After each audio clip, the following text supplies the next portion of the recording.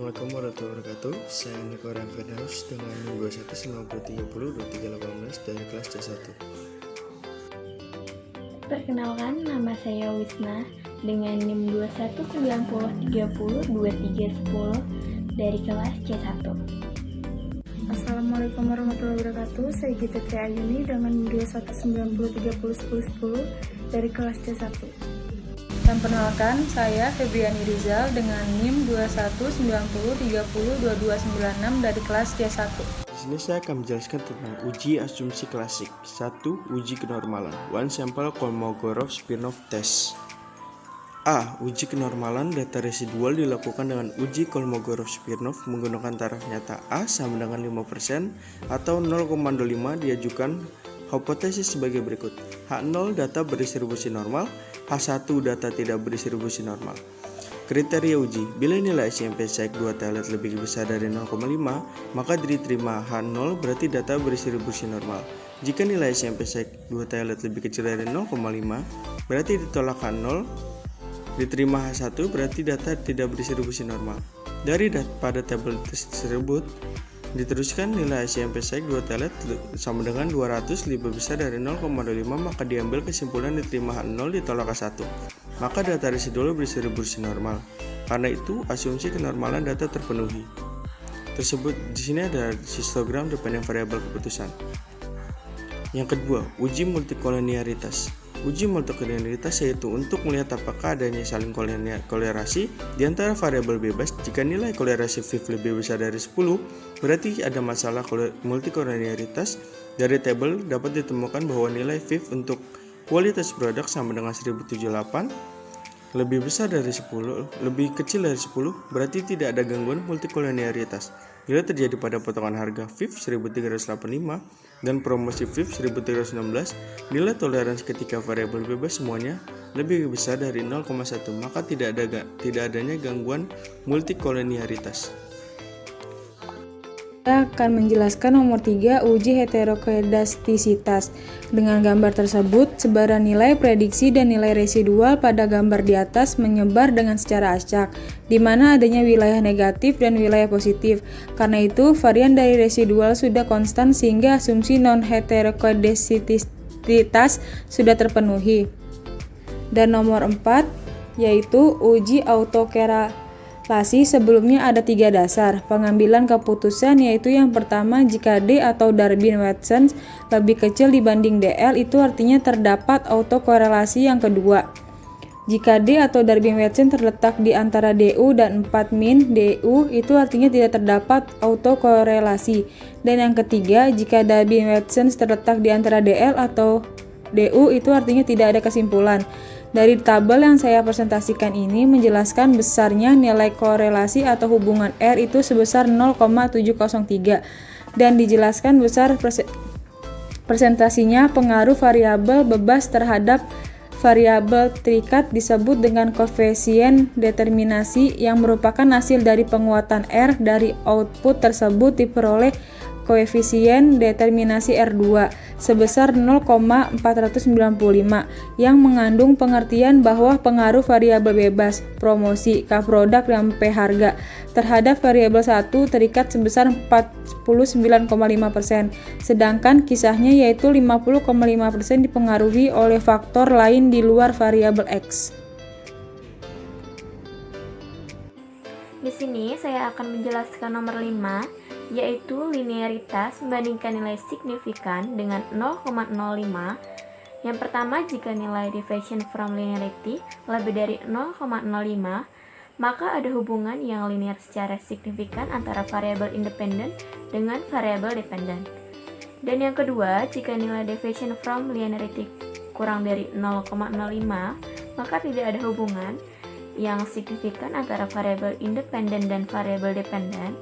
Dan pada tabel yang menjelaskan nilai signifikan X1 nya yaitu kualitas produk, deviation from linearity-nya 0,386 lebih besar dari 0,05, berarti ada hubungan linear yang signifikan antara P harga X2 dan Promox Y. Baik, di sini saya mempunyai data-data keputusan, yaitu ada kualitas produk, potongan harga, promosi, dan keputusan. Di sini saya akan mencari beberapa data-data dengan cara mengklik analyze. Selanjutnya saya akan mengklik, yaitu ada regression. Selanjutnya klik linear. Dan disitu ada beberapa data yang harus saya pindahkan dari data tersebut ke dependent dan independent. Yang pertama keputusan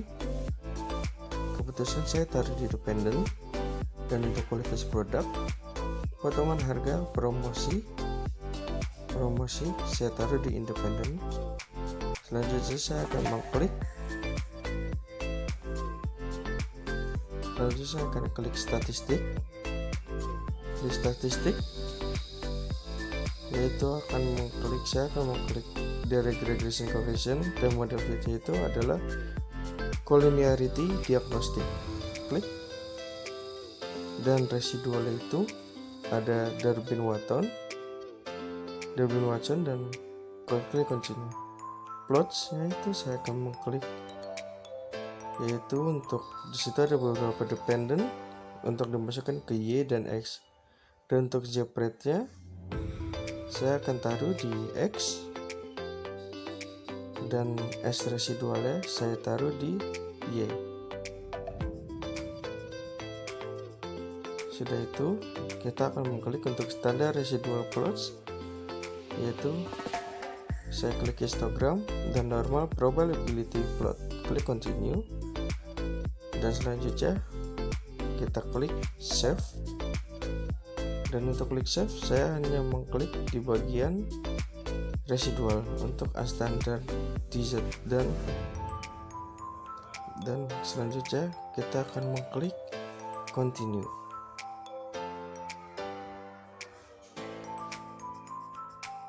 Saja langsung klik OK.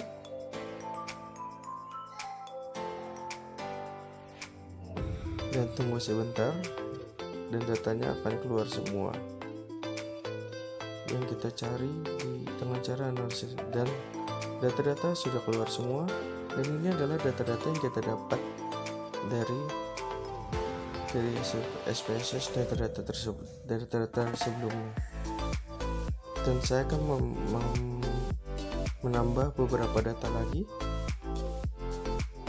dengan cara, dan ini adalah data-datanya, dan saya akan menambah dengan cara klik analyze. Selanjutnya klik non-parametric test, dan klik legacy dialog, dan saya akan mengecek data dari satu sampel KS. Dan sini ada beberapa data lagi.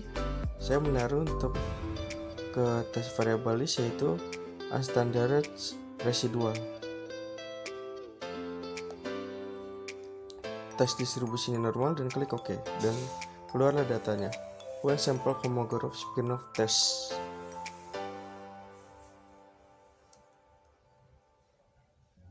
Dan selanjutnya saya akan mencari beberapa data lagi dengan klik analyze,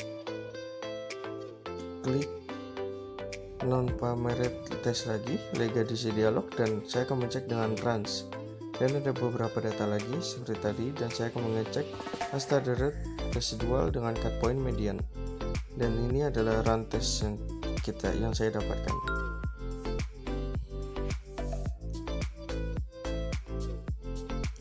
Selanjutnya saya akan mencari beberapa data lagi dengan klik analyze,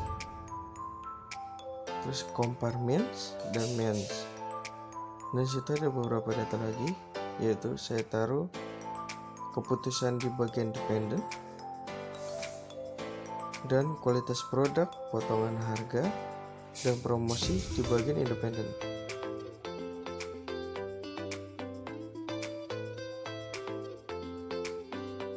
Klik option, dan saya akan memilih skewness, dan untuk statistik purpose layernya ANOVA table, Eneta, dan test for linearity. Klik continue, selanjutnya klik OK. dan keluar semua datanya lagi.